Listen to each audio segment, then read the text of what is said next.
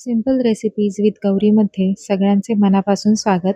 उन्हाळ्याला सुरुवात होत आहे आणि उन्हाळ्यामध्ये हलका-फुलका आणि पोटाला थंडावा देणारा असा आहार असावा.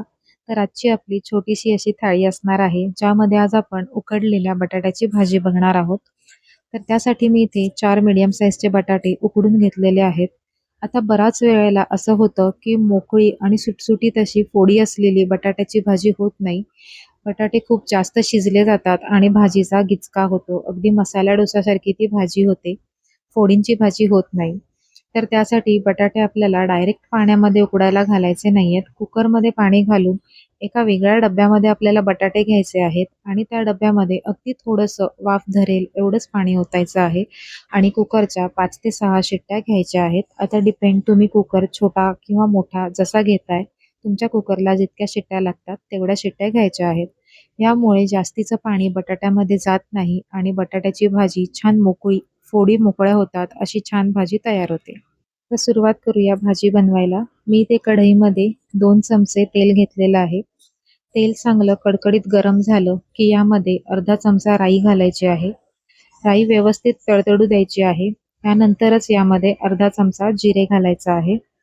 राई आणि जिरं छान फुललं गेलं की यामध्ये हिरवी मिरची आवडीनुसार तुम्हाला जसं तिखट आवडत असेल तशी घालायची आहे आणि मिरची सुद्धा तेलात तळून द्यायची आहे.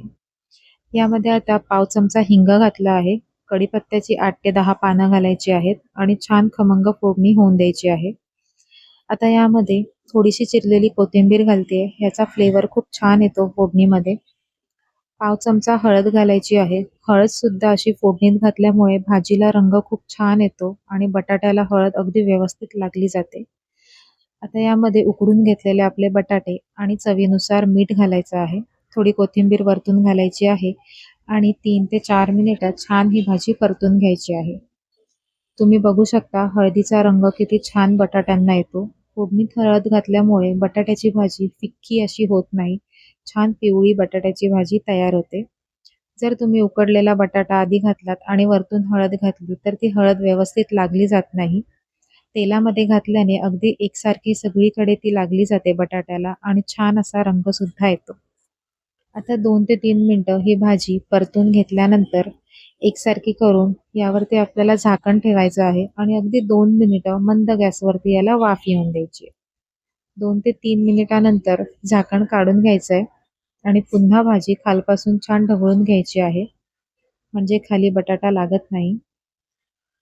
1 मिनिटभर ढवळून घ्यायची आहे. तुम्ही बघू शकता बटाटे किती छान मोकळे अशा फोडी बटाट्याच्या दिसत आहेत. अजिबात भाजीचा गिचका झालेला नाहीये आणि आपली मोकळी अशी सडसडीत बटाट्याची भाजी तयार आहे. वरतून आपल्याला थोडंसं ओलं खोबरं घालायचं आहे आणि कोथिंबीर पुन्हा थोडी घालायची आहे.